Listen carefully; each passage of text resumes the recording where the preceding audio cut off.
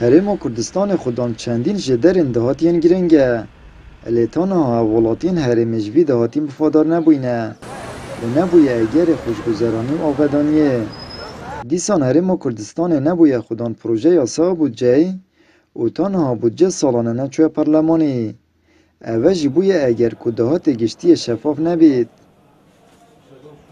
هنگی دی بودجه هبید اگه شفافیت دهاتی ده هبید اگه شفافیت صندوقا یا گازه ده هبید اگه تو بزانی گازه ده کیوتی تو کیوت چید اگه تو بزانی دهاتی ده نافخوی باجه و ضریبه و رسومات همی که چندن و کیوتین و کیوت چند اگه اوید برزه بنو و شرطی بنو شفافیت ده نبیدن تأکید آرما نتیجه دیماهی که ده اوه بیدن بودجه نهایی ده پرلمانی یکیش اسبابت که بودجه نینه چنکی دهات نه آشکره و نه دیاره و شفافیت بونینه. سرای هبونا دسته و دستپاکیل هرم و لیجنا دستپاکیل پارلمان کردستانه لیتانا چجوان رول خوب درستی ندیدیه و نشاینه لپرسینت گل برپرسن پلبرز بکن یان جی کیسن مازنین گندالی آشکرا کن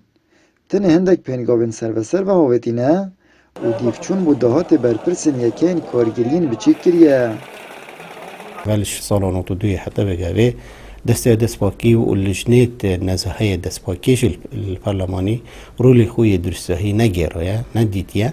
کو بر پرسی راوان کسا بکتن افید کو دهاتی خود دیاره نکن آشکرا نکن دیاره نکن و ویا با اوانش که دستی بکر با بر پرسی شمیا ماستر مخابن ده چنه مدیر عامی وش مدیر عامی کمتر ده پرسین الگل کن و محاسب الگل کن و کواره دهاتی خو آشکرا که کاشرا نکی ده گفل سر کن کو او بمین تتوصف خدا نمینیتن بس اف بر پرسیت مازن کو ام التعبير الشرعي ده بجنو حيتت مازن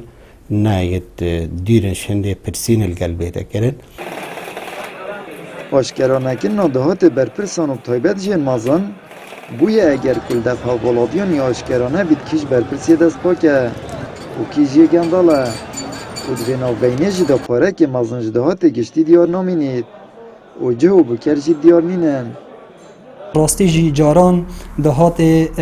هرم ما لسر دو حزبین دست حالات بشیوک 50-50 اتحاد دا بشکرنه و لسر برپرسان و اگرم برای خواه بدن نوکه و بر آورده کرنه که دیگل جاران بکن هر